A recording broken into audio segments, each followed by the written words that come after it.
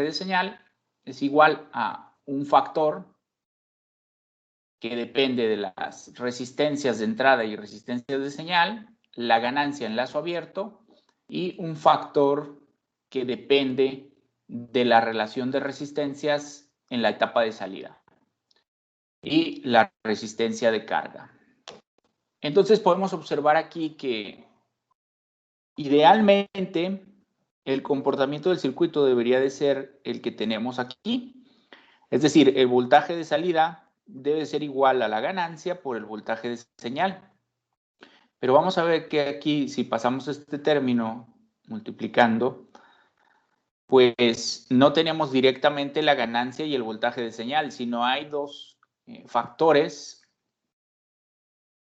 que van a ocasionar precisamente un efecto de carga o un factor de atenuación que va a hacer que la ganancia o la relación de la salida con respecto a la entrada pues sea menor a la ganancia en lazo abierto. Es como si tuviéramos un término aquí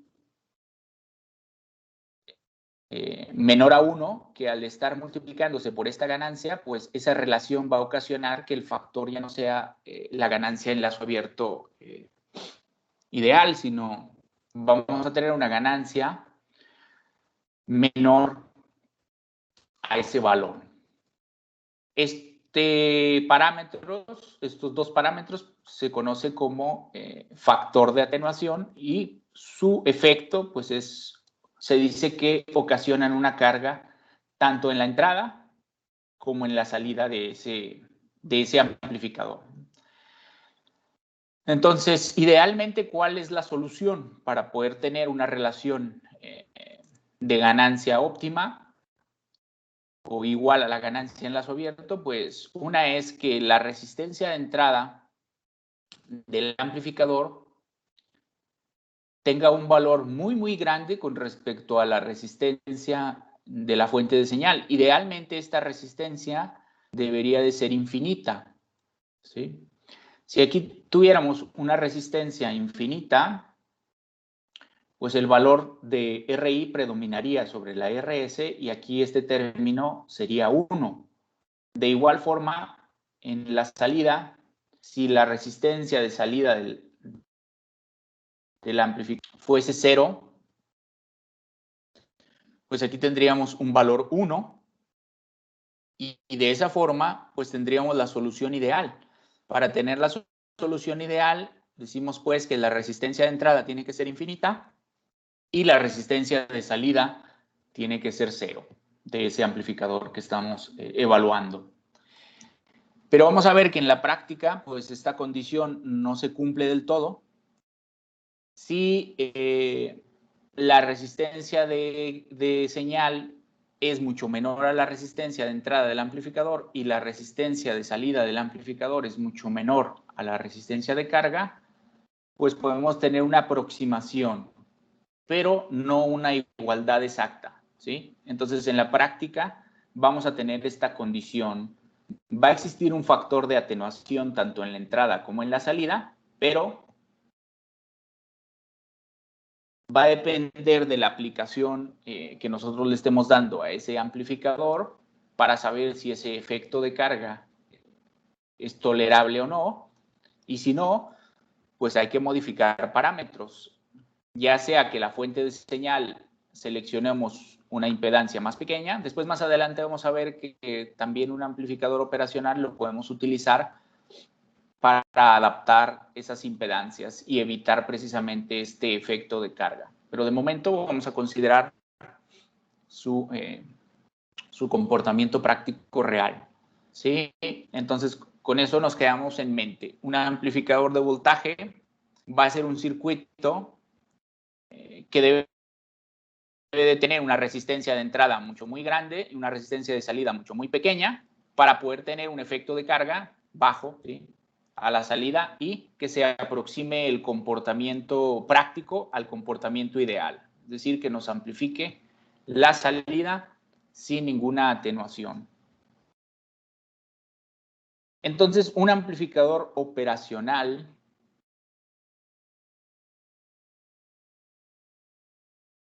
lo podemos considerar como un amplificador de voltaje si nos traemos el símbolo o la representación esquemática del amplificador de voltaje. Vamos a ver que un amplificador operacional, su comportamiento pues va a ser el de un amplificador de voltaje, ¿sí? Entonces vamos a tener un puerto de entrada, un puerto de salida, una resistencia de entrada, una resistencia de salida y una fuente de voltaje controlada por voltaje.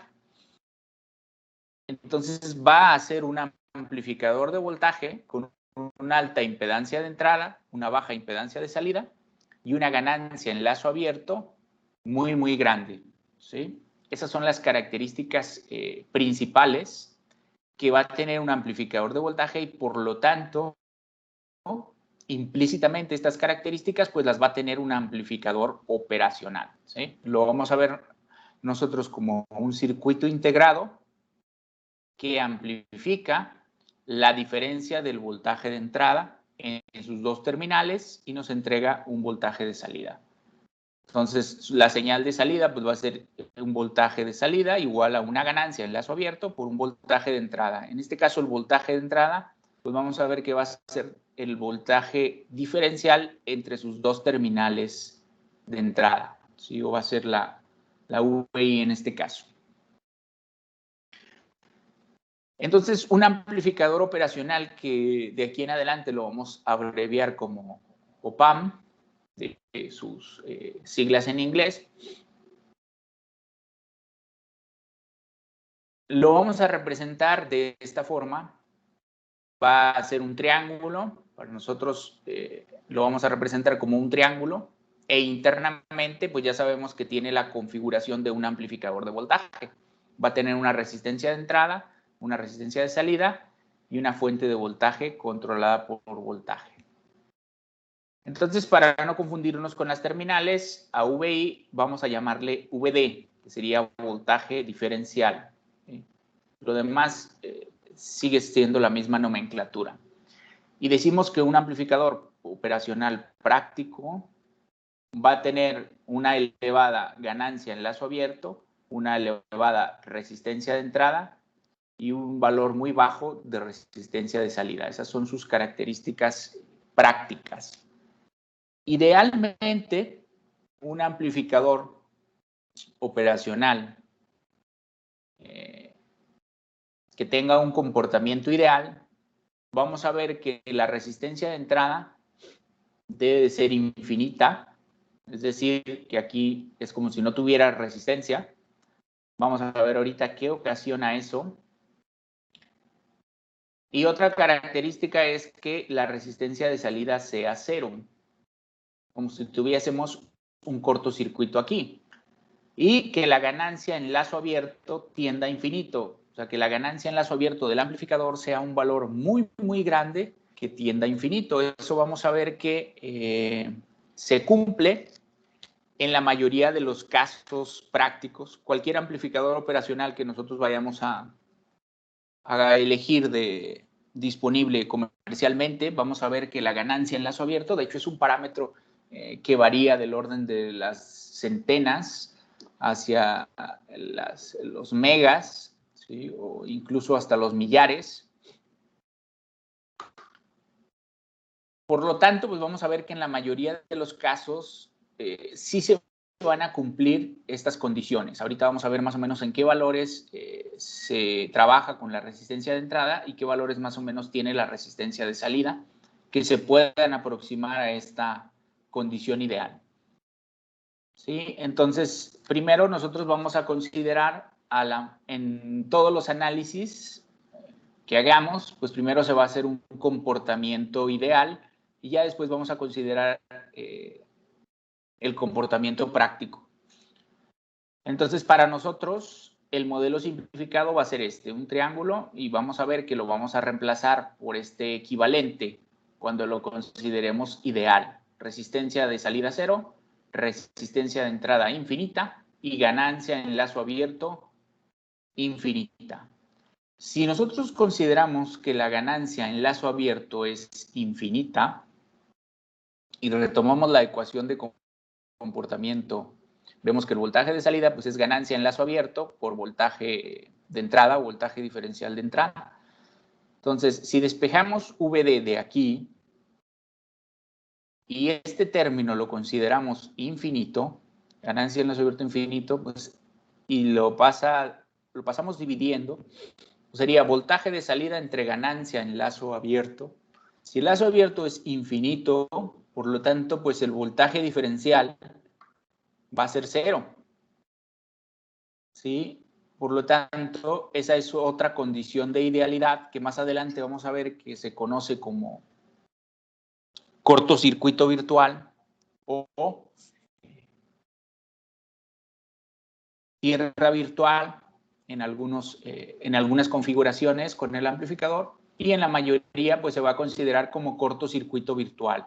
¿Por qué? Porque se dice que aquí el voltaje diferencial es 0. Si el voltaje diferencial es 0, es como si el voltaje en su terminal positiva y en su terminal negativa fuesen iguales, y aquí es como si tuviéramos estos dos terminales unidas, pero recuerden que eso nada más es virtual, por eso se conoce como cortocircuito virtual. Físicamente no vamos a hacer esa conexión de unión porque si no dañamos el integrado, pero el comportamiento ideal va a permitir que se cumpla esa condición, que estos voltajes en ambas terminales sea idéntico, o es como si tuviésemos aquí una unión entre estas dos terminales de entrada. ¿Sí? Entonces, así es como lo vamos a considerar, su equivalente práctico y su equivalente ideal. Y de forma general, pues decimos que un amplificador operacional es un circuito integrado que amplifica la diferencia del voltaje de entrada en sus dos terminales y produce un voltaje de salida. Por lo tanto, pues el voltaje de salida es una versión amplificada de la diferencia del voltaje en sus dos terminales de entrada, denominado voltaje diferencial, que es el VD. ¿Sí? Así es como lo vamos a definir. Un poquito de historia de cómo ha sido la evolución de este circuito integrado. Este circuito integrado, pues originalmente sus primeras versiones es de los años 40, de 1940, donde pues se implementó con tubos de vacío o bulbos, como se conocen. Su tamaño pues era bastante grande, su consumo de energía también era bastante grande y sus primeras aplicaciones fueron operaciones básicas simples. Por ejemplo, suma, resta, integración y diferenciación en las primeras computadoras analógicas. Por allá en aquellos años, 1940 a los 50, las primeras computadoras eran analógicas y sus funciones básicas pues eran sumar, restar, multiplicar, dividir, la integración y la diferenciación. Esas funciones pues se realizaron principalmente con este circuito integrado. De ahí su nombre de amplificador operacional. Entonces este circuito pues para nosotros es útil para procesar voltajes y corrientes a través de diversas operaciones. Por ejemplo, las señales que provienen de sensores, pues como les mencionaba en la clase pasada, la señal que proviene de un sensor pues es de muy baja amplitud, viene contaminada con ruido, y para poder nosotros digitalizarla y procesarla y extraer información de interés de cualquier señal que proviene de sensores, por ejemplo, pues es necesario realizarle ciertas funciones de acondicionamiento a esas señales que me entrega el sensor. Y esas funciones pues las podemos implementar precisamente con el amplificador operacional. Podemos amplificar señales, podemos sumar, podemos restar dos señales, podemos comparar señales si pasan de cierto nivel. Podemos también utilizar este amplificador como un oscilador de voltaje. Podemos crear señales de tipo senoidal, de tipo triangular, de tipo cuadrada. Lo podemos utilizar como un rectificador de voltaje de media onda, de onda completa. Lo podemos utilizar también para filtrar señales y pues sus funciones básicas, ¿no? Como integrador y diferenciador se utiliza normalmente en sistemas de control para implementar funciones, por ejemplo, de PID, que es un algoritmo de control que hace la integración o la diferenciación de señales para optimizar los algoritmos de control de algún parámetro. Entonces, como ven, pues es un dispositivo muy versátil que vamos a ver que con muy pocos componentes, pues lo podemos implementar para que realice todas esas funciones que mencionamos. Internamente, para nosotros no es crítica su estructura interna, puesto que no diseñamos amplificadores operacionales. Si estuviésemos en el área de microelectrónica, pues entonces sí tendríamos que enfocarnos en sus diferentes componentes internos y su estructura interna. Aquí únicamente nosotros lo vamos a ver como un dispositivo monolítico, un circuito integrado, al cual yo le voy a conectar alimentación y ciertos componentes externos para que realice las funciones que yo quiera o analizar circuitos que ya están implementados con ese circuito integrado y poderlos analizar de una forma matemática para poder interpretar su salida a partir de su entrada o su relación entrada-salida. Pero vamos a ver un poquito de cómo está la estructura interna para darnos una idea de internamente cómo se conforma este circuito, ¿no?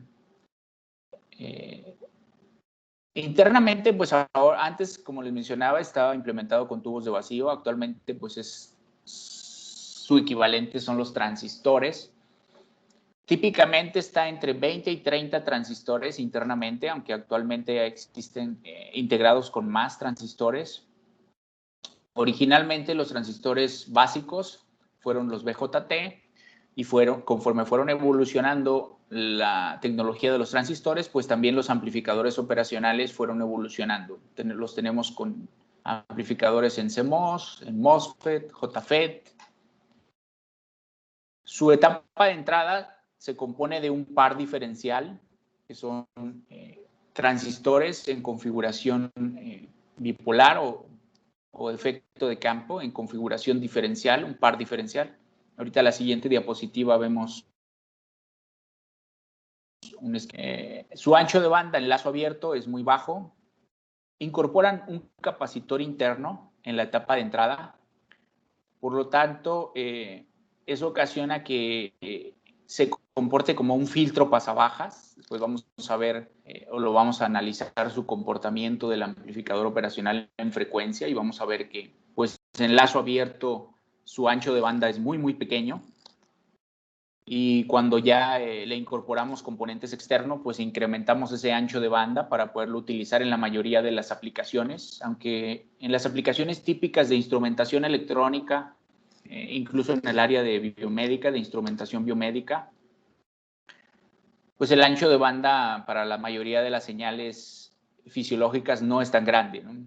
Hablamos a lo mejor de un ancho de banda de 10 kHz, 100 kHz ya es bastante bueno o suficiente para la mayoría de esas aplicaciones. Pero, por ejemplo, si estamos hablando de aplicaciones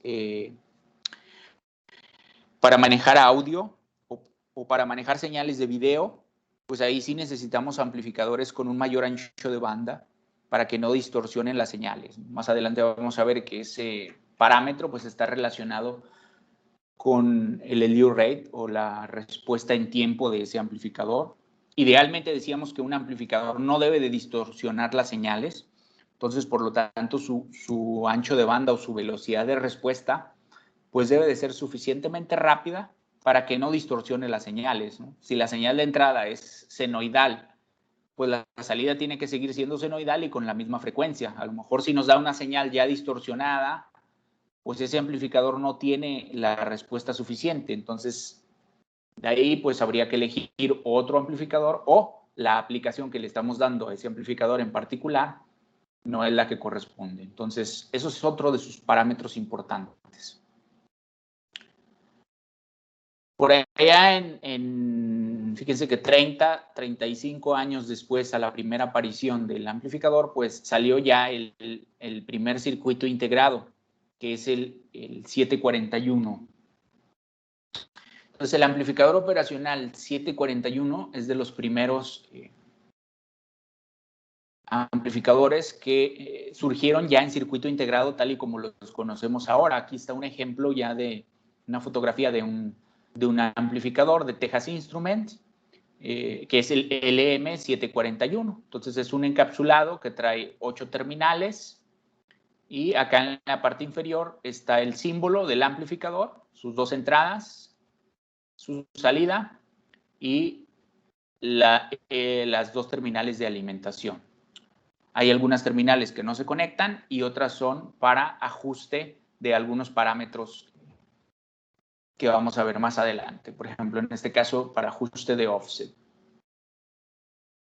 Actualmente, pues hay muchísimas opciones ya en circuito integrado, incluso ya los tenemos en versiones mucho más pequeñas, en montaje superficial, en modo deep, que este es el modo deep que podemos utilizar para el protoboard, pero pues actualmente ya están en montaje superficial y existen muchísimas opciones de amplificadores disponibles comercialmente, ¿no? Incluso su costo también ha disminuido bastante, con 10, 15 pesos. Podemos comprar un amplificador que trae internamente 4, que son los cuádruples. Ya su costo también es bastante bajo, sus niveles de alimentación. Solo lo que va a cambiar de un amplificador típico a un amplificador bueno, pues van a ser sus características que vamos a describir enseguida. Y depende de la aplicación, pues va a ser la selección que nosotros hagamos. No es nada más elegir el primer amplificador que yo tenga para el diseño que yo voy a realizar, sino de acuerdo a sus características y a un análisis previo, va a ser la selección que hagamos del amplificador, ¿no? Por eso es importante conocer sus características para poder hacer una selección adecuada y un diseño óptimo dependiendo de la aplicación que le vamos a dar. Esta sería la estructura interna de lo que sería el 741. Internamente trae aproximadamente 20 transistores, desde Q1 hasta Q20, por aquí los podemos observar. Y si nos centramos en la etapa de entrada, que sería la entrada inversora y la no inversora, aquí podemos ver que son los transistores Q1, Q2, Q3 y Q4, conforman la etapa diferencial de entrada. Idealmente, pues los transistores deberían de ser idénticos, Q1 y Q2, Q1 idéntico a Q2, Q3 idéntico a Q4. Más adelante vamos a ver que hay pequeñas diferencias, por lo tanto, pues hay esas pequeñas diferencias entre esos transistores, pues ocasionan corrientes de polarización que generan voltajes de offset y algunas características no ideales del amplificador. Entonces, aquí podemos ver la etapa de entrada, la etapa de salida, las fuentes de alimentación. Que a nosotros de momento no nos va a interesar la estructura interna de los amplificadores ni cómo están configurados. Únicamente lo que necesitamos es conocer sus características, hacer una buena selección y esa selección pues va a depender de las características de diseño que nosotros establezcamos para nuestros circuitos. Recuerden que nosotros lo vamos a ver como un componente monolítico únicamente yo le voy a aplicar una señal de entrada, voy a diseñar un circuito para que realice una función matemática específica y voy a obtener la salida para verificar que realmente el comportamiento pues es el que yo le estoy configurando.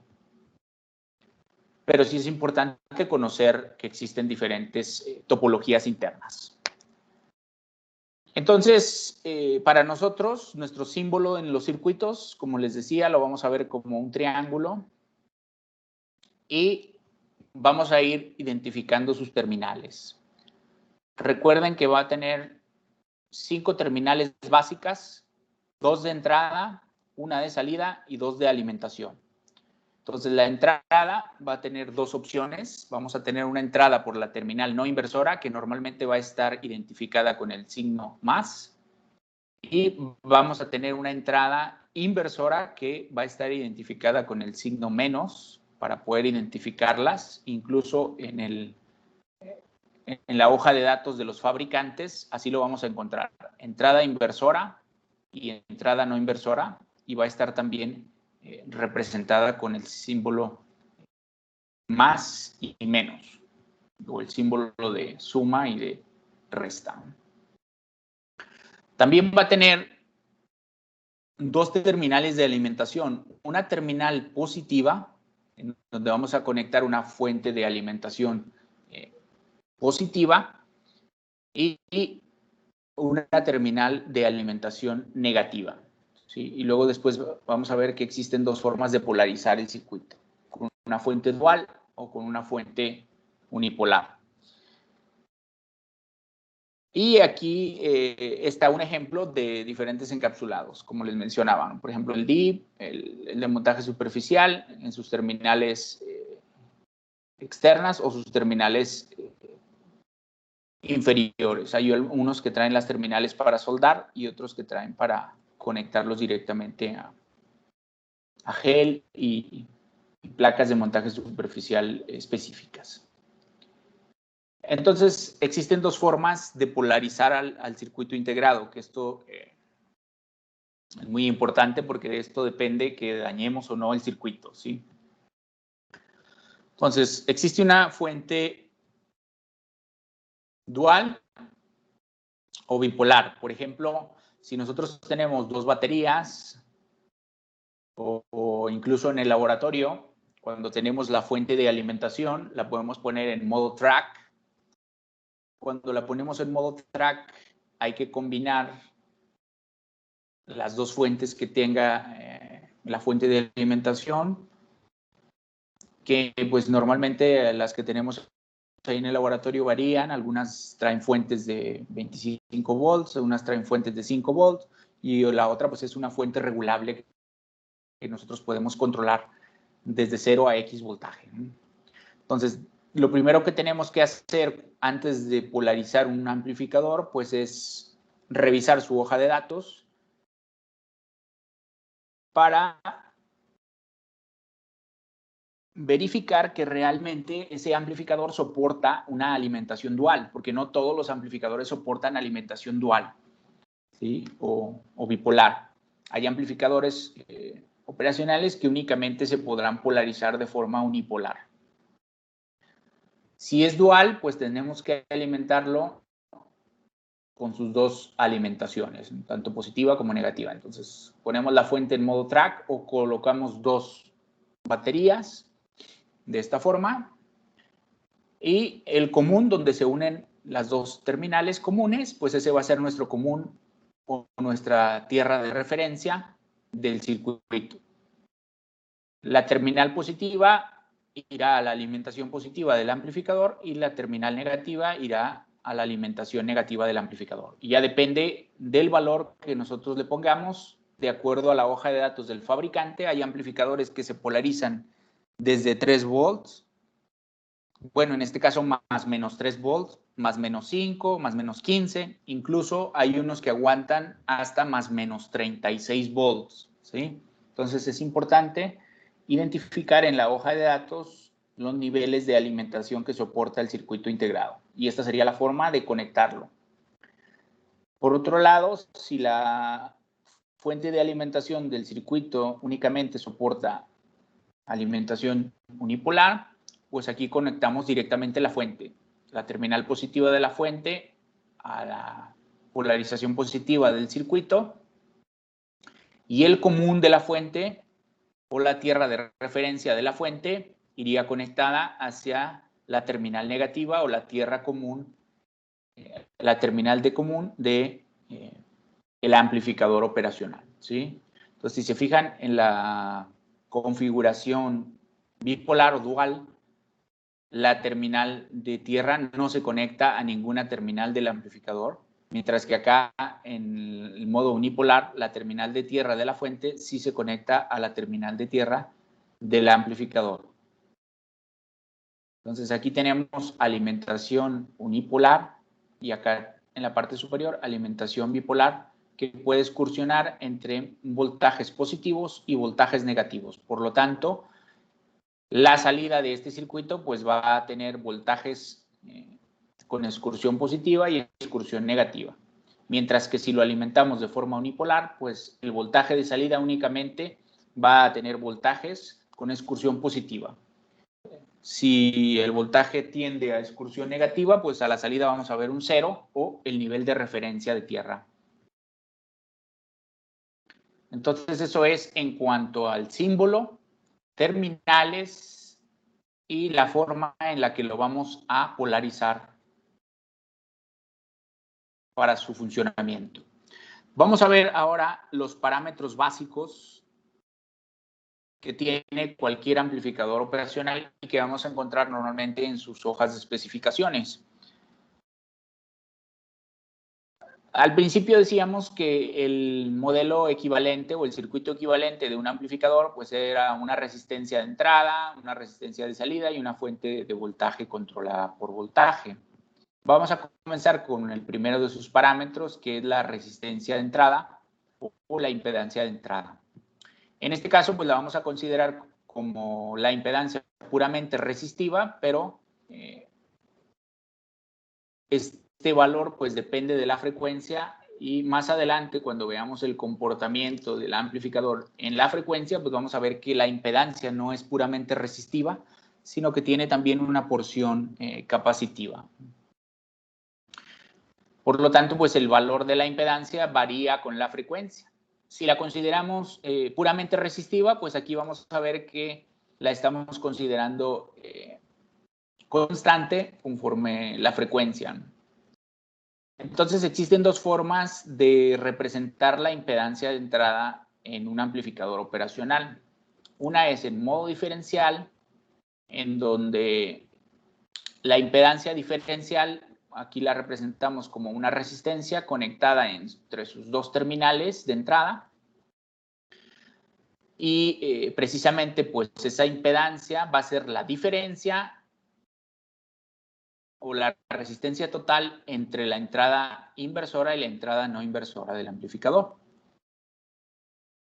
Esa impedancia diferencial la podemos medir o mide el cambio de la corriente de polarización a un cambio de voltaje en entrada diferencial. Más adelante, cuando veamos ahorita las corrientes de polarización, vamos a ver cómo se involucra esta impedancia con las corrientes de polarización de los transistores en esa etapa diferencial y cómo influye su valor a la salida de este circuito, ¿no? O de este amplificador. Otra forma de representar la impedancia es en modo común. La impedancia de entrada en modo común va a ser la resistencia, pero dividida entre cada entrada y tierra. Entonces aquí pues representamos dos resistencias, una con respecto a cada una de sus entradas y la tierra común. Entonces se dice que hay una resistencia de entrada en modo común. Entonces, idealmente, en un amplificador operacional, pues la impedancia de entrada decíamos que debe de ser infinita o un valor muy, muy grande. Entonces, acá en la parte inferior de la diapositiva vemos que en un amplificador operacional práctico, su valor no es infinito, pero sí tiene valores muy grandes. Por ejemplo, valores típicos que podemos encontrar va desde los 100 kilo ohms, que ya es un valor grande. Incluso hay decenas de megas, 10 megas, 1 mega, 100 megas, hasta gigaohms. Entonces, fíjense, ya gigaohms, incluso hay amplificadores operacionales que tienen impedancia de entrada del orden de los teraohms. Entonces, ya al hablar de los teraohms, pues prácticamente ya estamos hablando de un circuito abierto, ¿no? Ya el valor de la impedancia es muy, muy elevado, que ya prácticamente se podría considerar cercano al infinito. Si ya del orden de gigaohms es un valor muy elevado, pues ya de teraohms se podría considerar infinito. Entonces, como ven, en un amplificador práctico, pues los valores de esta impedancia sí se aproximan a los valores ideales. se podrían considerar infinito. Claro, siempre y cuando depende de la resistencia de la señal que le conectemos aquí. Si la resistencia de la señal de entrada pues también es del orden de megas o de gigaohms, pues claro que recuerden que se va a formar el divisor de voltaje y el factor de atenuación pues va a ser más representativo. Entonces, aunque la resistencia de entrada sea muy grande, pues sí debemos de cuidar ese valor de que la resistencia de la señal que nosotros le conectemos a la entrada del amplificador pues sea pequeña con respecto a la impedancia de entrada.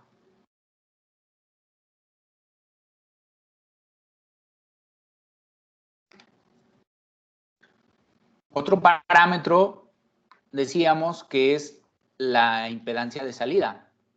Entonces, a la salida, recuerden que modelamos el amplificador como una fuente de voltaje controlada por voltaje y una resistencia de salida o impedancia. En este caso, igual que la impedancia de entrada, vamos a considerarla de momento puramente resistiva.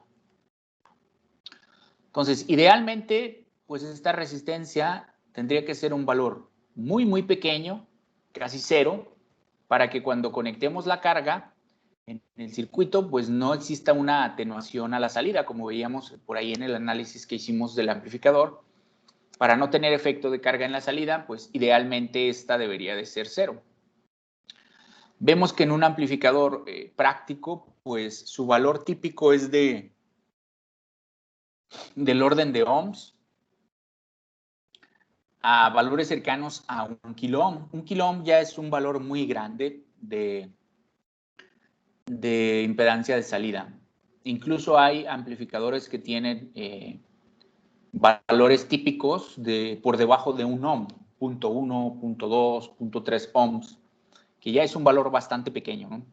Y los valores típicos andan como de 50 a 100 ohms en este tipo de amplificadores de forma comercial. Entonces, como ven, pues los valores son relativamente pequeños, siempre y cuando la carga pues sea mucho mayor a ese valor de resistencia. Y como nos dice aquí, solo tiene efectos en la estabilidad de los circuitos con grandes cargas capacitivas. Más adelante vamos a ver que una carga pues no necesariamente tiene que ser resistiva. Puede haber cargas inductivas o incluso capacitivas, ¿sí? Entonces, en este caso, pues hay que elegir un amplificador de potencia. También hay ese tipo de identificadores para los amplificadores operacionales. Otro parámetro básico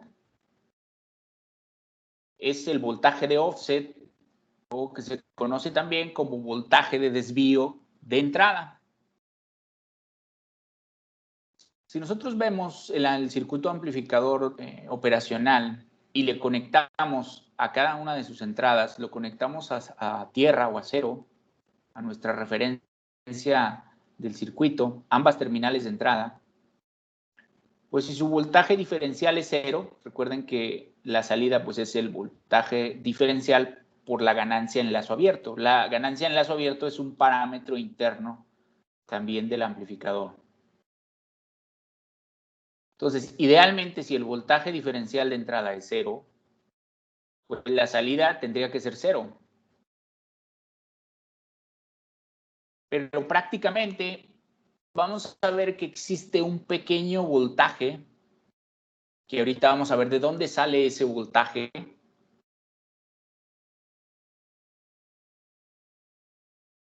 que va a ocasionar que este voltaje diferencial de sus dos terminales pues ya no sea cero, sino hay un pequeño desbalance entre una de las dos. También lo podemos representar en la entrada inversora. Aquí lo puse en la entrada no inversora, pero se puede representar en cualquiera de las dos. Aquí lo único que estamos representando es que este sería el comportamiento ideal y este sería el comportamiento práctico. Va a haber un pequeño desbalance. Entonces el voltaje diferencial no va a ser cero, sino va a tener un pequeño voltaje que se conoce como voltaje de offset o voltaje de desvío a la entrada del amplificador, que multiplicado por la ganancia, pues va a ocasionar que el voltaje de salida ya no sea cero, sino que sea un valor diferente de 0. Entonces, en un amplificador ideal, el comportamiento, pues, si ambas terminales están a tierra, la salida debe ser 0. En un circuito práctico, vamos a ver que eso no se cumple del todo. Valores típicos de voltaje de offset son decenas de milivolts. Ahorita vamos a ver una tabla característica con estos parámetros de valores de amplificadores comerciales, en donde podemos ver que existen voltajes de offset del orden de milivolts, 5 milivolts, 10 milivolts, 100 milivolts. Incluso hay amplificadores con un offset muy bajo del orden de microvolts, incluso hasta nanovolts. Entonces, vamos a ver qué tan perjudicial en nuestros diseños pues es el offset. Aparentemente un offset puede ser inofensivo si decimos, bueno, a lo mejor un offset de 10 milivolts, pues a la salida no va a ocasionar un efecto muy grande, pero recuerden que eso va a depender de la ganancia del circuito. Porque, por ejemplo, un offset que aparentemente a la entrada puede ser de 10 milivolts, pero si el circuito tiene una ganancia de 100 o tiene una ganancia de 1000, pues esos milivolts a la entrada se pueden convertir en volts a la salida, ¿sí?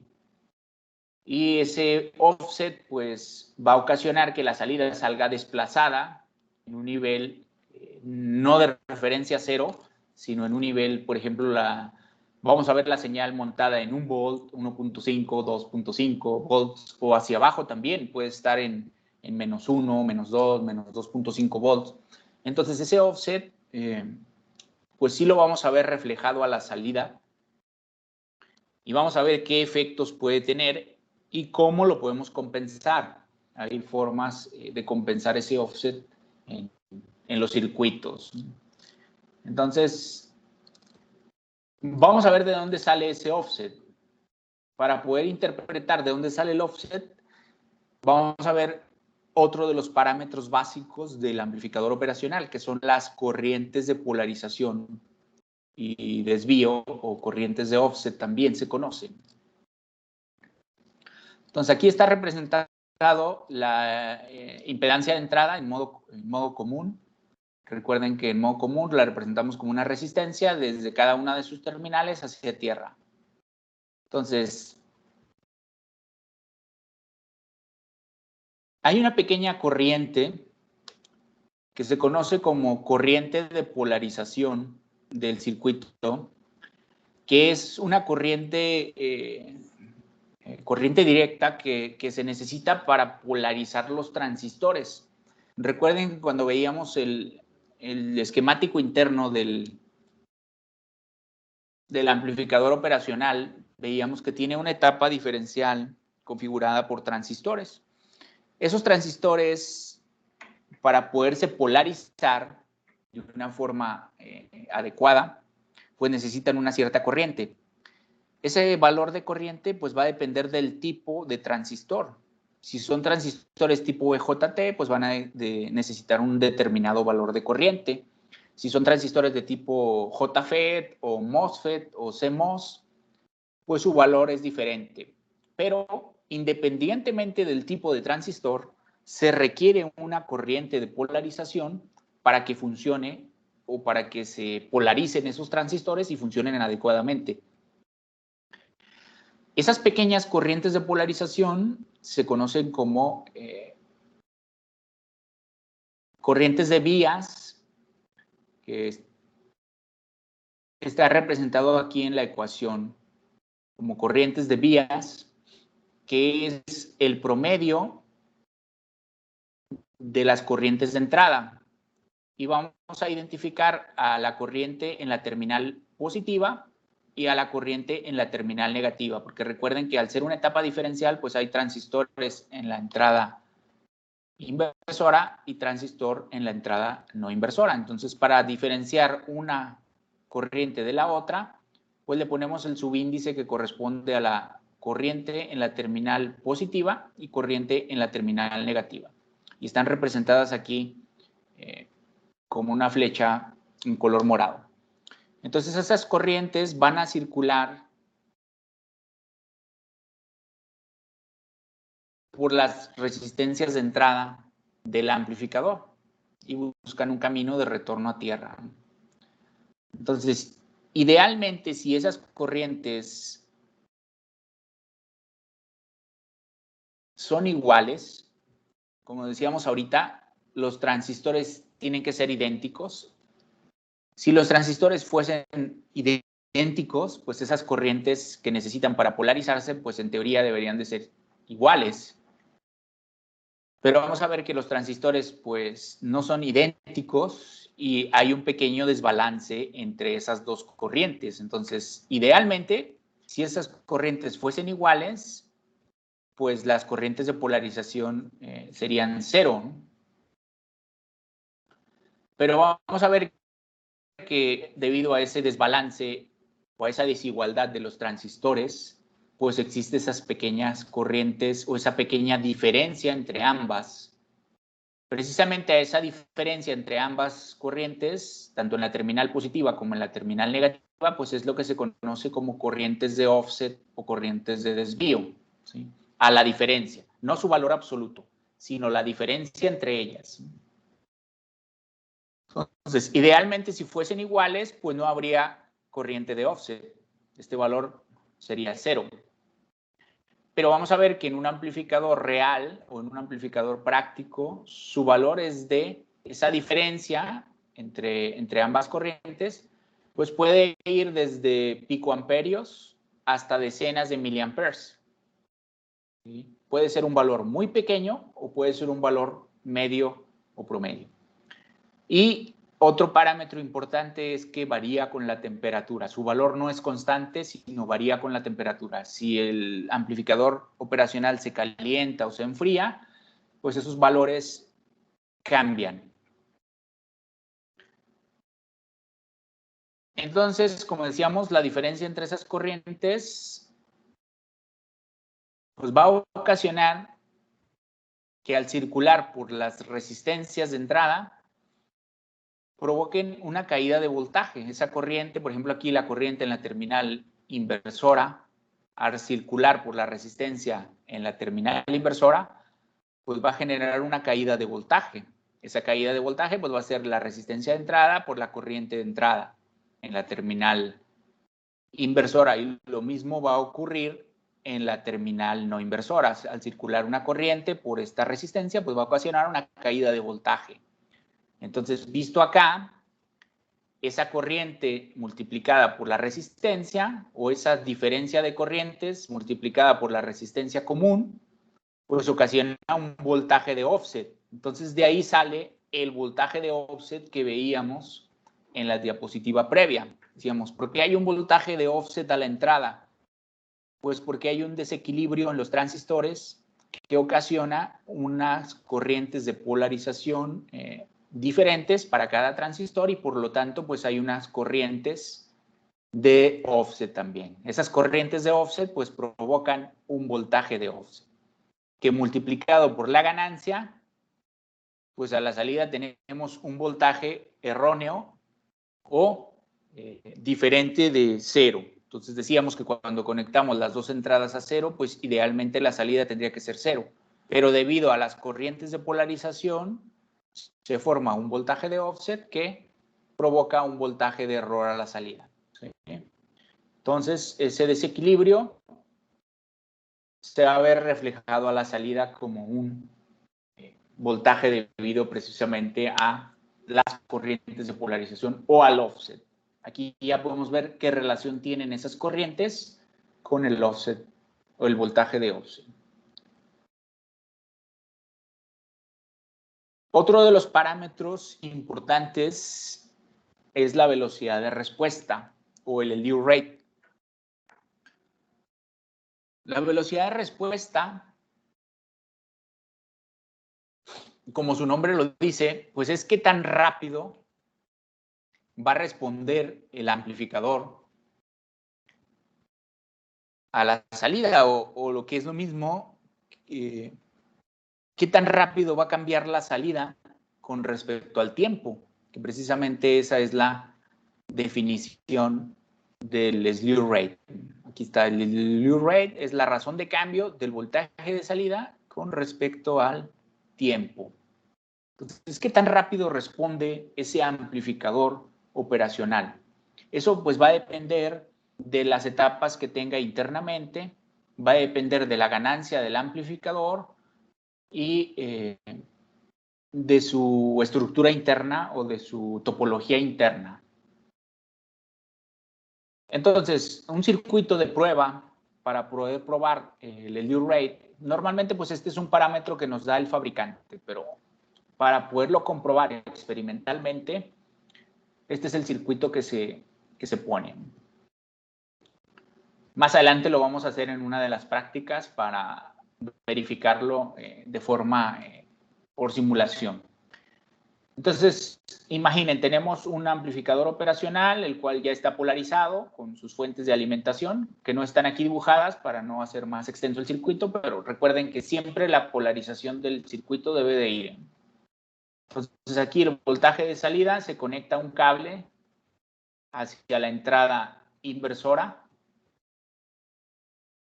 y en la terminal no inversora se conecta una fuente de señal, que puede ser un generador de señales, para poder ir incrementando tanto amplitud como frecuencia de la señal que le vamos a aplicar al amplificador. Entonces aquí, pues más adelante vamos a ver que este es un circuito seguidor de voltaje o que es un amplificador con ganancia unitaria. Esto significa que lo que entra, sale. Entonces, si aquí metemos una fuente de señal, por ejemplo, de un volt pico, senoidal, triangular, de la figura que sea, si es un volt pico de amplitud, pues aquí a la salida vamos a tener un volt de amplitud, no la va a modificar, porque esto que tiene ganancia unitaria o ganancia 1, entonces en ese tipo de circuitos lo que entra sale, entonces esa misma salida se retroalimenta hacia la entrada inversora. Por eso es ese comportamiento del circuito. Más adelante lo vamos a analizar con detalle. Ahorita nada más es para comprender a qué se refiere con la velocidad de respuesta o el slew rate. Entonces vamos a suponer que el voltaje de señal es esta forma de onda en color rojo que tenemos aquí, que sería una señal senoidal. Y la línea de color negro sería el voltaje de salida. Entonces, conforme se va aumentando la frecuencia de la señal, va a haber un momento en el que la salida no siga a la entrada, sino fíjense aquí ya está exageradamente distorsionada, precisamente para que vean. La salida no es una señal senoidal, sino ya es una señal triangular. Esto quiere decir que el amplificador ya no tiene la velocidad suficiente para seguir a la entrada. Si decimos que este circuito, el comportamiento debe de ser lo que entra, sale, entonces pues a la salida deberíamos de tener una señal senoidal con la misma amplitud y la misma frecuencia.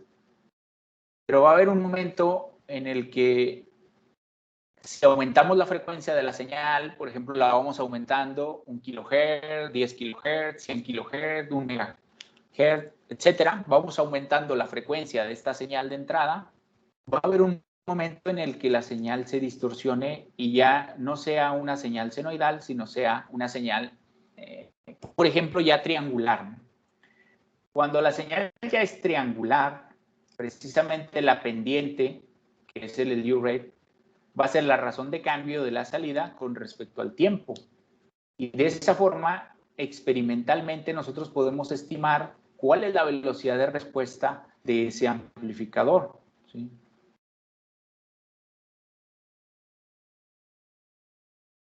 Entonces, este sería el otro parámetro, la velocidad de respuesta. Más adelante, como les digo, vamos a hacer en una de las prácticas, cuando veamos el seguidor de voltaje, vamos a ver cómo estimar el slew rate de una forma práctica. Entonces, todos esos parámetros que acabamos de ver los vamos a encontrar en la hoja de datos de los amplificadores operacionales. Aquí, por ejemplo, está una tabla comparativa.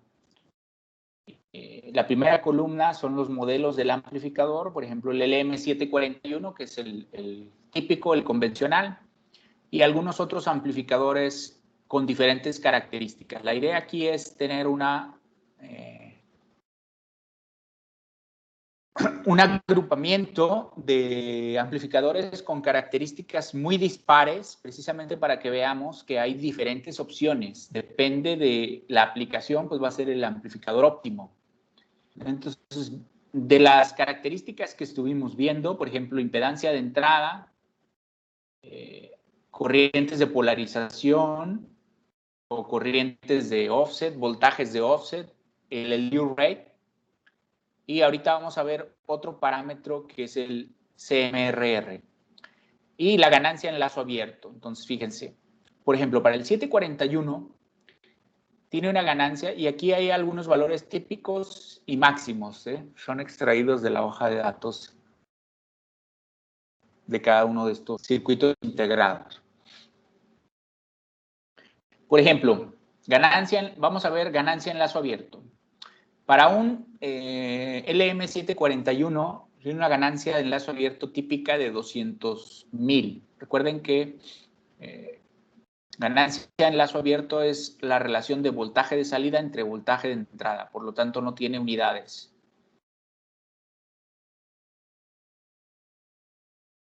Pero, por ejemplo, si nos vamos a un OP177, podemos observar que ese parámetro ya es bastante elevado, ya es de 12 megas o 12 millones. Permítame tantito, que está entrando una llamada.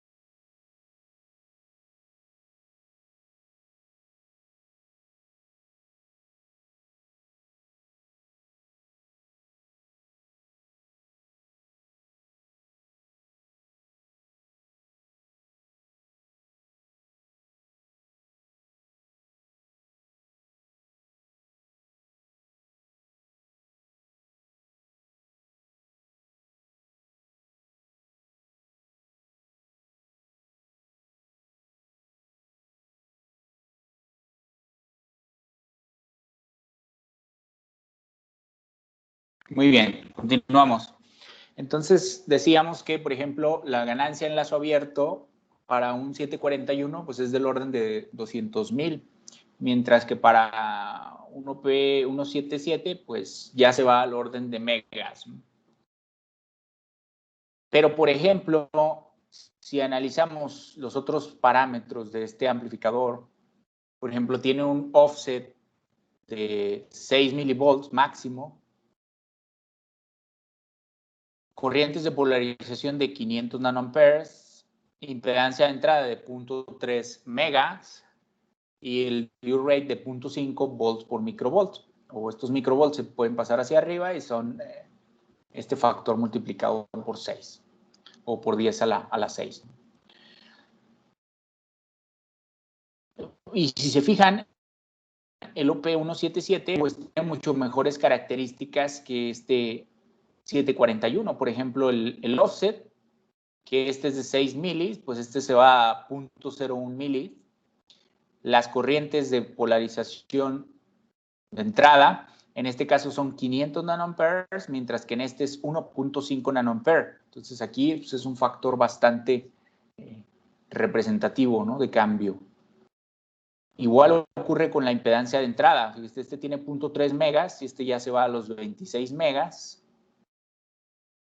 Y también en el slew rate son más o menos similares. Entonces, si nos vamos a los comentarios básicos que nos da el fabricante, pues nos dice, por ejemplo, un 741, pues es un amplificador estándar de propósito general. El OP177, pues es un amplificador de muy alta precisión. Claro que al mejorar las características, pues el precio también se incrementa. Un 741 debe andar en unos 10, 15 pesos el amplificador, mientras que un OP177 pues ya se va a ir en precio como a unos 10, 12 dólares. O sea que su costo también incrementa. A lo que queremos destacar aquí es que existen una gran variedad de amplificadores disponibles para diferentes aplicaciones, ¿no? Por ejemplo, donde necesitemos una velocidad de respuesta muy grande, pues a lo mejor nos vamos a un amplificador, por ejemplo, un AD8009, que si vemos, pues aquí es el mejor de la tabla, tiene una velocidad un ancho de banda muy grande, pero por ejemplo, empeora en sus otras características, ¿no? Por ejemplo, ya las corrientes de polarización 150 nanoamperes, voltaje de offset 5 milivolts, incluso hay unos parámetros que no nos especifica el fabricante, ¿sí?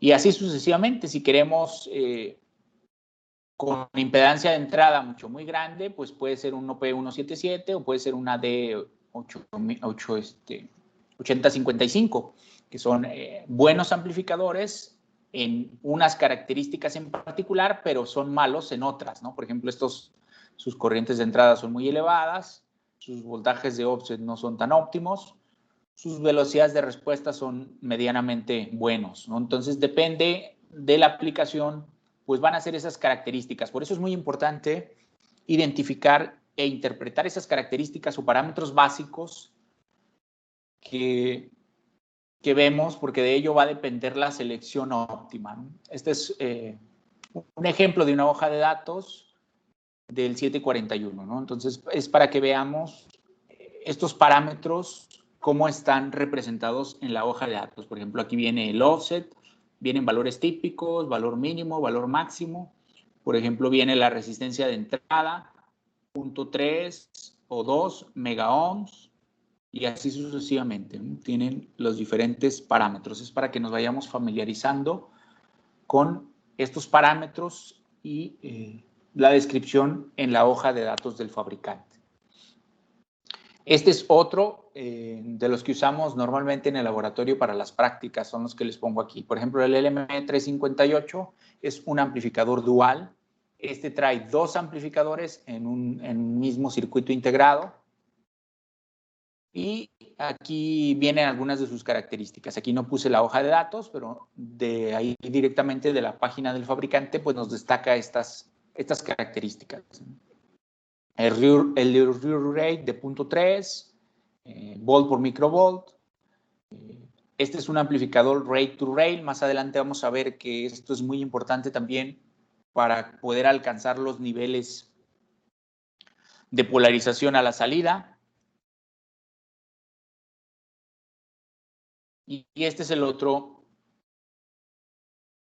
de los amplificadores que comúnmente utilizamos en el laboratorio para las prácticas. Este es un TL080 que depende de la terminación, pues es el número de amplificadores operacionales embebidos en el mismo integrado, ¿no? Si es un 81, pues es un solo amplificador. Si es un 82, es un doble. Si es un 84, pues es un cuádruple. Y ya algunos otros parámetros que cambian, depende del tipo de encapsulado y los rangos de temperatura normalmente en los que trabajan. Aquí, por ejemplo, en las características que destaca el fabricante, bajas corrientes de entrada, 30 picoamperios. Si se fijan aquí ya son picoamperios. Este transistor es sus transistores son del tipo JFET, de este tipo de amplificador. Fíjense que las corrientes también de offset son de 5 picoamperios. Nos habla de un LDU rate de 13 volts por microvolt. Este es un muy buen amplificador. Incluso la resistencia de entrada o la impedancia de entrada es del orden de los teras de este amplificador y su costo es económico, ¿no? Lo conseguimos alrededor de 25, 30 pesos, el encapsulado cuádruple. O sea, estamos hablando de 4 amplificadores operacionales en un solo integrado. Entonces, para que vean ahí más o menos las diferentes opciones que tenemos para poder trabajar con estos circuitos. Entonces decíamos que el modelo práctico del amplificador lo vamos a representar de esta forma, un triángulo, una resistencia de entrada, una resistencia de salida y una fuente de voltaje controlada por voltaje. Y aquí les puse las nomenclaturas para que se vayan familiarizando con ellas, que son las que vamos a estar utilizando en los análisis y en los circuitos. Y aquí faltó más VCC, aquí arriba. Se borró aquí en la figura, es más VCC, pero recuerden que más VCC es el voltaje de alimentación positivo.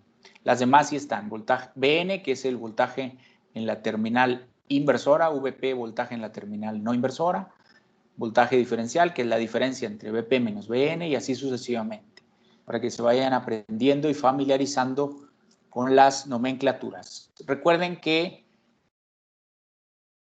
un modelo práctico pues va a tener una ganancia en lazo abierto elevada, una resistencia de entrada elevada, un factor de rechazo al modo común elevado, una velocidad de respuesta elevada y debe de tener bajas la ganancia en modo común, la resistencia de salida, las corrientes de polarización y el voltaje de offset para considerar un amplificador práctico.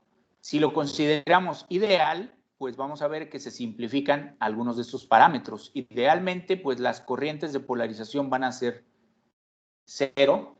Si la resistencia de entrada es infinita, pues no hay, en teoría no hay corrientes que circulen en estas resistencias y por lo tanto, pues se puede considerar que al tener una resistencia de entrada infinita, pues las corrientes de polarización son 0, que más adelante vamos a ver que es una de las simplificaciones que vamos a hacer para los análisis iniciales.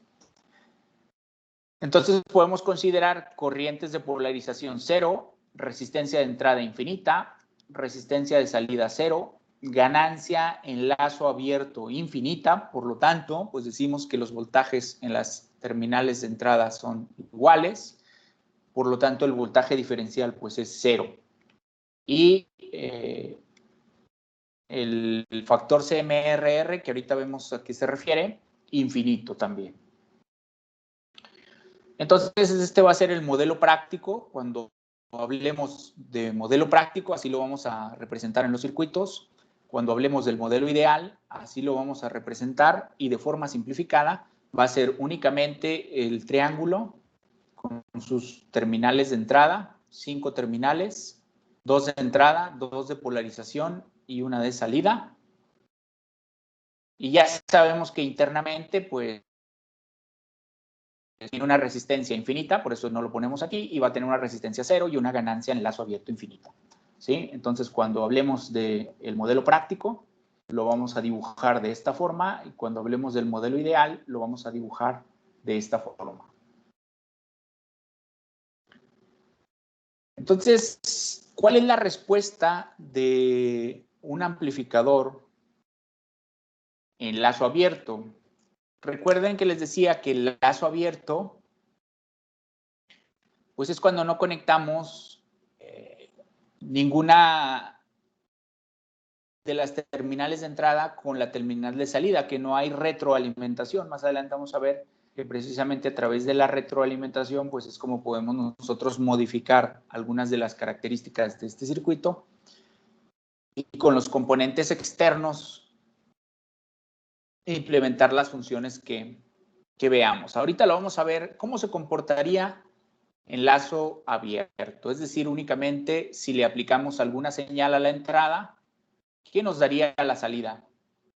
¿Cuál sería su comportamiento? Entonces recuerden que aquí estamos considerando al amplificador ideal. Ahorita les voy a estar escribiendo la leyenda de op-amp ideal, pero más adelante ya se va a eliminar. Y recuerden que cuando lo veamos así, pues va a ser considerado ideal. Ideal, recuerden, es resistencia de entrada infinita, resistencia de salida cero y ganancia en lazo abierto infinita. Entonces, la respuesta de este circuito pues va a ser la ganancia en lazo abierto multiplicado por el voltaje diferencial. Recordemos que el voltaje diferencial pues es la diferencia de las terminales de entrada. La diferencia de la terminal, de la fuente de señal que conectemos en la terminal positiva, menos la fuente de señal que conectemos en la terminal negativa o inversora. Esa sería la respuesta del amplificador. Entonces, si se fijan aquí, pues la respuesta de un amplificador operacional es la versión amplificada, pero de la diferencia de los dos voltajes de entrada, que se denomina voltaje diferencial. Por eso también a veces se conoce como amplificador diferencial, puesto que es a su salida entrega la diferencia del voltaje en las terminales de entrada multiplicado por una ganancia. Eso que no se nos olvide. Entonces, esta ecuación, si la representamos de una forma gráfica, pues esta sería la curva de respuesta del amplificador, en donde pues prácticamente sería una línea recta la respuesta, en donde la pendiente precisamente va a ser la ganancia en lazo abierto. Entonces, esa ganancia pues va a ser la relación del voltaje de salida entre el voltaje de entrada, que el voltaje de entrada es el voltaje diferencial. Entonces, aquí está representado en el eje horizontal el voltaje diferencial, que es la diferencia de los voltajes de entrada, y en la línea vertical estaría representado el voltaje de salida. Entonces, esta es la relación entrada-salida de este amplificador, o también su respuesta en lazo abierto. Vamos a interpretar el comportamiento. Entonces, conforme vaya aumentando el voltaje diferencial, recuerden que es la diferencia. Por ejemplo, si aquí conectamos el voltaje en la terminal negativa a tierra y aquí conectamos un generador, pues podemos ir incrementando. Y este sería 0 y este sería lo que vayamos aplicando multiplicado por la ganancia. Entonces, a un voltaje pequeño multiplicado por una ganancia muy grande, pues va a hacer que el voltaje de salida sea un voltaje grande. Por eso es que aquí rápidamente hay una excursión hacia saturación positiva. O bien, si el voltaje de entrada tiende con signo negativo, pues va a haber una excursión a saturación negativa. ¿Qué significa esto de saturación positiva o saturación negativa? La saturación es que la salida del amplificador o ese voltaje de salida pues ya no va a cambiar, sino se va a mantener constante independientemente del voltaje de entrada. ¿Por qué? Porque el amplificador precisamente ya va a estar saturado. La saturación es un valor inferior a la alimentación, ya sea positiva o negativa. Por ejemplo, si aquí la alimentación es 10 volts,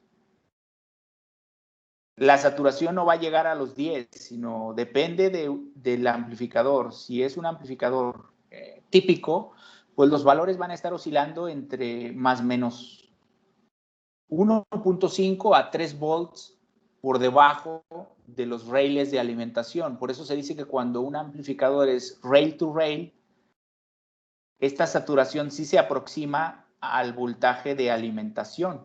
Pero cuando el amplificador no es rail to rail, pues hay una pequeña diferencia entre la polarización y la saturación, ¿sí? Por eso aquí lo remarqué, una separación grande para que vean que no nos va a entregar exactamente la salida.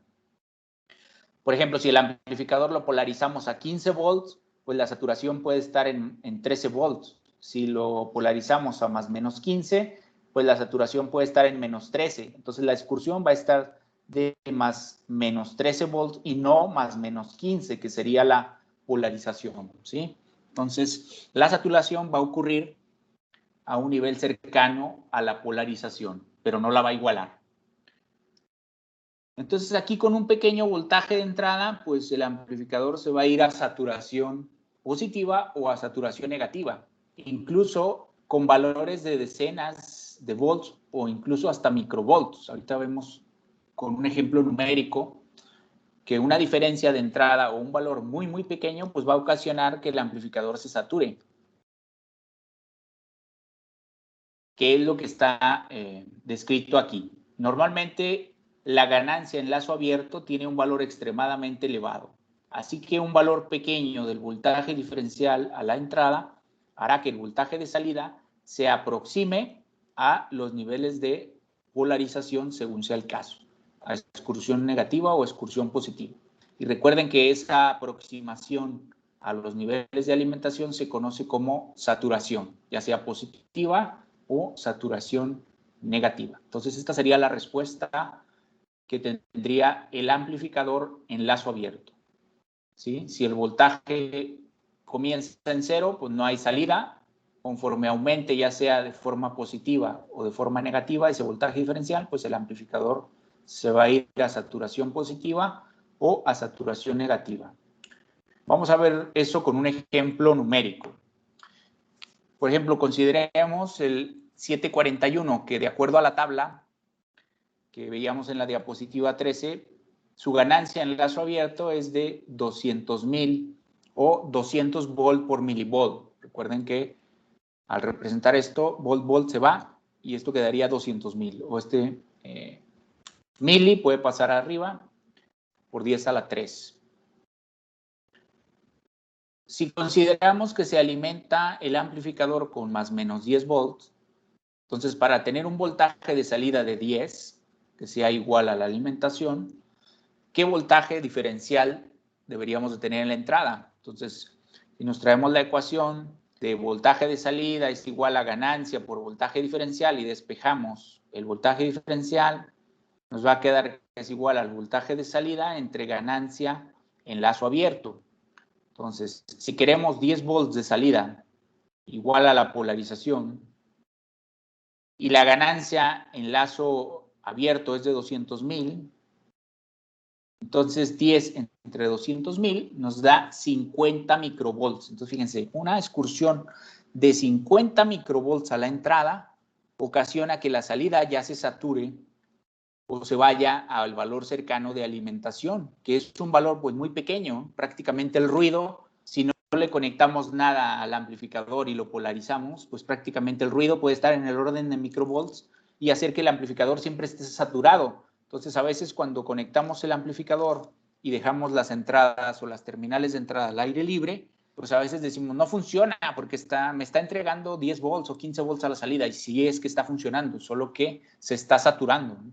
Entonces, por eso hay que interpretar bien ese comportamiento en lazo abierto para que vean que con un valor muy pequeño, pues se puede ir a saturación fácilmente el amplificador. Entonces, ahora si nos traemos un amplificador de características mucho mejores, Quiere decir que ahora la ganancia ya no es 200,000, sino ahora es 12 por 10 a la 6. Entonces ahora, aplicando el mismo ejemplo, ¿qué voltaje diferencial de entrada tendría que aplicar para que la salida se vaya a saturación positiva?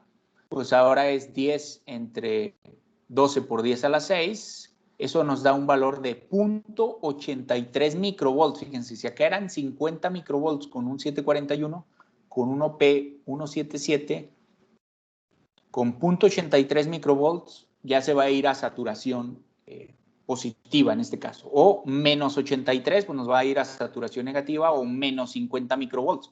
Entonces, el rango en el que se puede tener esa excursión de saturación, pues es desde menos 50 hasta 50 microvolts para un 741, siempre y cuando se polarice a 10 volts, o en este caso de menos 0.83 microvolts a más 0.83 microvolts. Tenemos un intervalo muy, muy pequeño.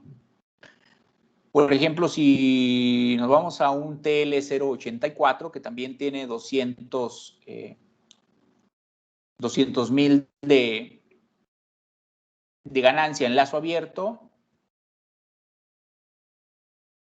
para que funcione en la zona lineal, en esa pequeña excursión, pues es lo mismo, ¿no? Tendríamos polarización negativa, polarización positiva del amplificador dividido entre ganancia en lazo abierto, y el voltaje diferencial tendría esta excursión.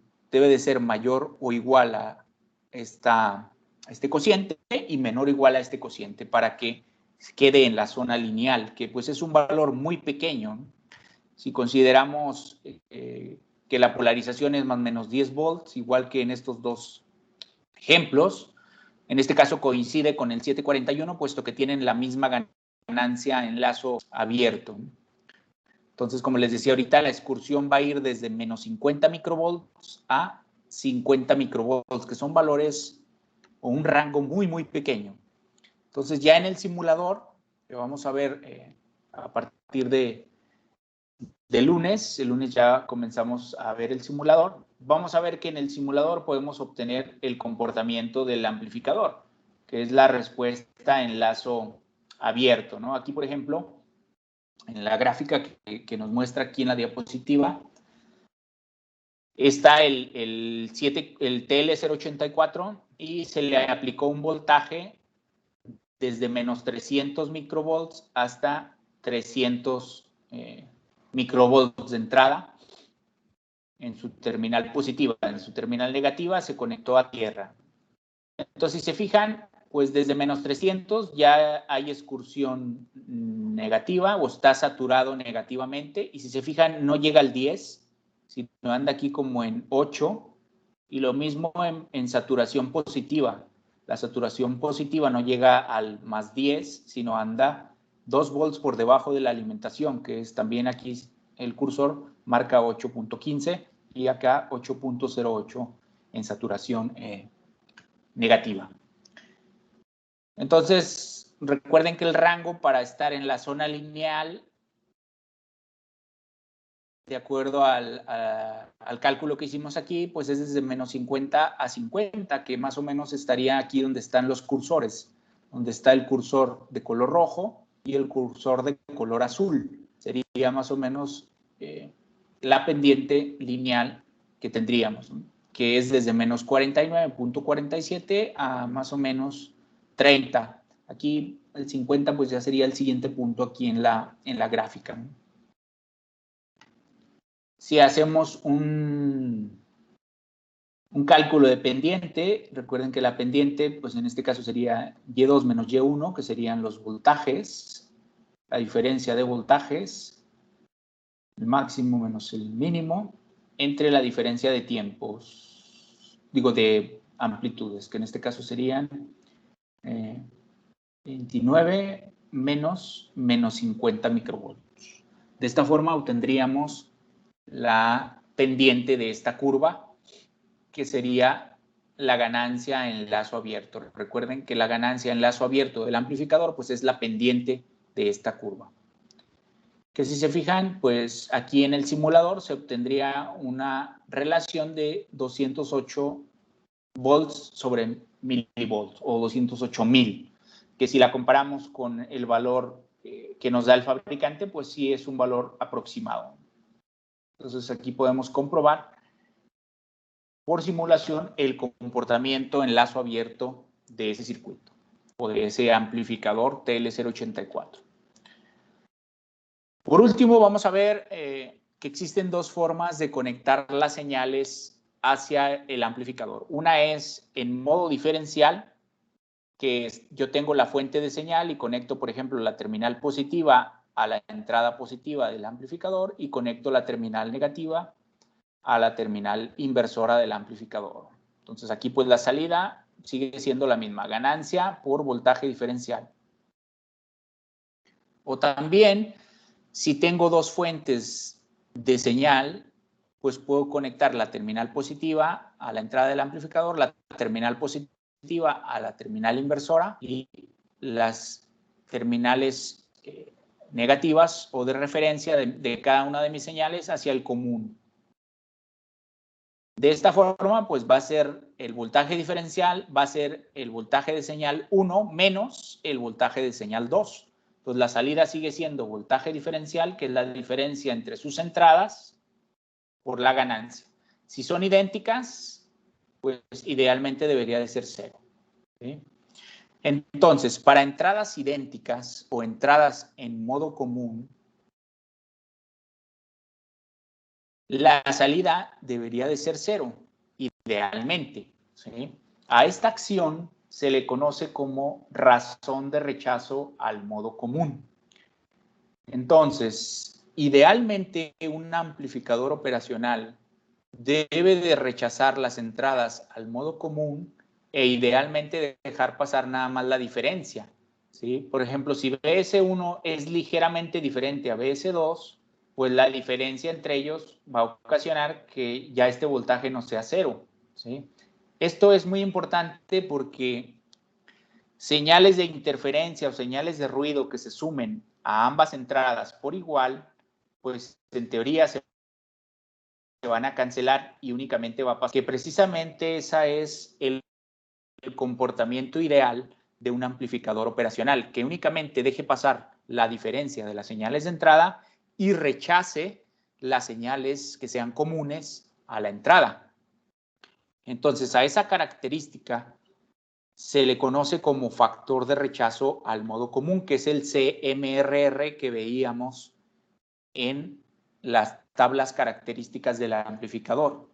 Entonces, más adelante vamos a ver este tema con detalle, puesto que de hecho se le dedica casi una semana a este tema, cuando veamos el amplificador diferencial. Ahorita nada más lo vamos a repasar así brevemente para que veamos que el amplificador real pues va a pasar la diferencia y va a pasar voltajes comunes. Entonces, idealmente, como decíamos, el voltaje de salida de un amplificador debe de ser únicamente la diferencia, o sea, el voltaje diferencial multiplicado por su ganancia diferencial. Pero vamos a ver que va a haber una pequeña ganancia en modo común y va a haber un pequeño voltaje de entrada en modo común que se va a pasar y que se va a sumar a la salida. Entonces, a la salida vamos a tener dos componentes. Una, debido al voltaje de entrada diferencial y a la ganancia diferencial, y una debido al voltaje común y a la ganancia común. Entonces, la ganancia en modo diferencial, que está representada aquí como AD, cuando esta vale 0, pues idealmente es la relación salida-entrada cuando la ganancia en modo común vale 0, ¿sí? Y el voltaje diferencial, pues es la diferencia.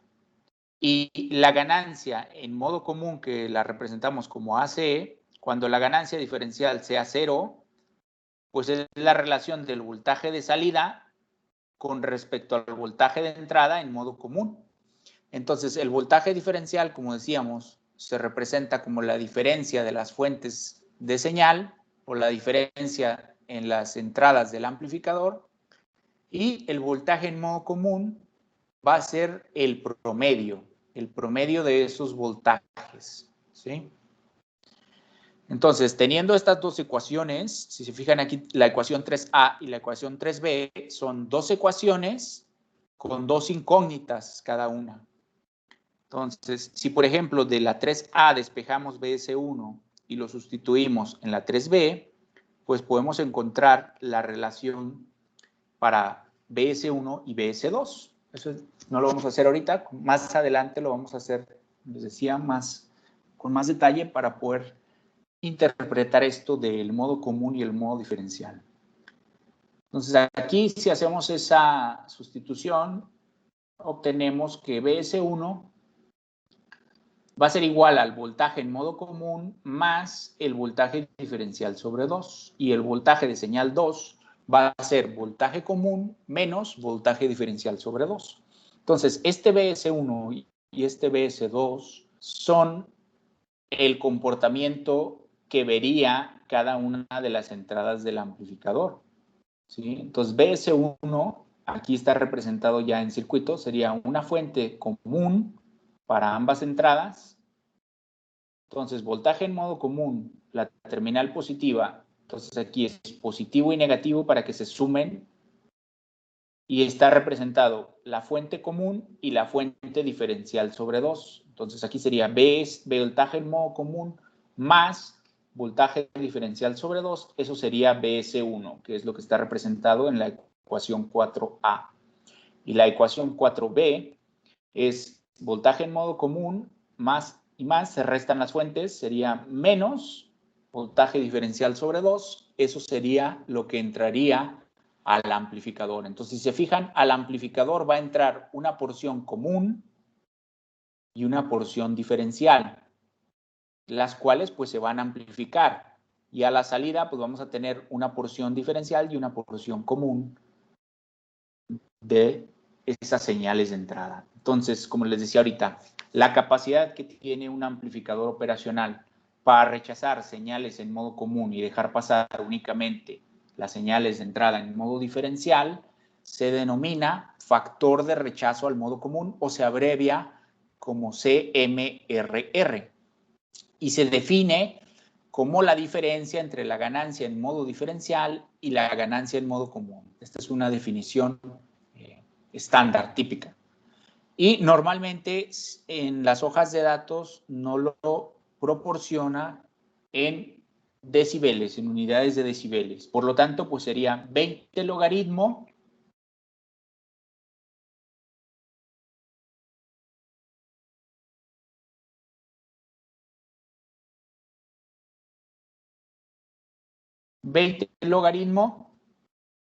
de el cociente de las dos ganancias, ganancia diferencial entre ganancia en modo común. Entonces, ¿cuál es la condición que debe de tener cualquier amplificador ideal? Pues que el CMRR sea infinito. Para lograr eso, pues la AC o la ganancia común tiene que ser 0. Si en esta ecuación este valor vale 0, pues este término tiende a infinito. Pero vamos a ver que pues eso no se cumple del todo en la práctica. Sí va a ser la ganancia común mucho más pequeña que la ganancia diferencial, por lo tanto va a tender a infinito, pero no va a ser idéntico a infinito, ¿no? Entonces, ese parámetro pues es de los más importantes también en el amplificador. Entonces, aquí está el resumen global de lo que acabamos de ver.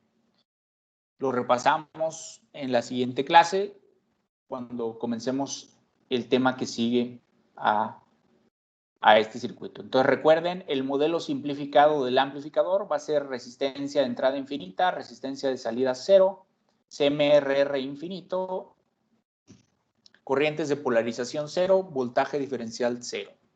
El símbolo como lo vamos a estar representando idealmente y recordemos el comportamiento de la respuesta en lazo abierto, que la pendiente de esa respuesta es igual a la ganancia en lazo abierto. Entonces, el voltaje de salida de un amplificador es ganancia en lazo abierto por el voltaje diferencial, donde el voltaje diferencial pues, es la diferencia de sus terminales de entrada. Y las dos aseveraciones que lo hacen ideal es que ambas entradas tienen el mismo voltaje cuando la salida se encuentra en la zona lineal. Cuando el amplificador está trabajando en esta zona lineal, pues idealmente BP es igual a BN, que es lo que se conoce como cortocircuito virtual. Esto es lo que vamos a ver en el siguiente tema. Y la siguiente aseveración es que ninguna corriente fluye hacia las terminales de entrada del amplificador. Esto es debido a que la resistencia de entrada es infinita, por lo tanto, las corrientes de entrada hacia el amplificador son cero. Entonces, estas dos características de idealidad son las que nos van a servir para nuestros análisis iniciales. Entonces, hasta aquí dejamos la presentación.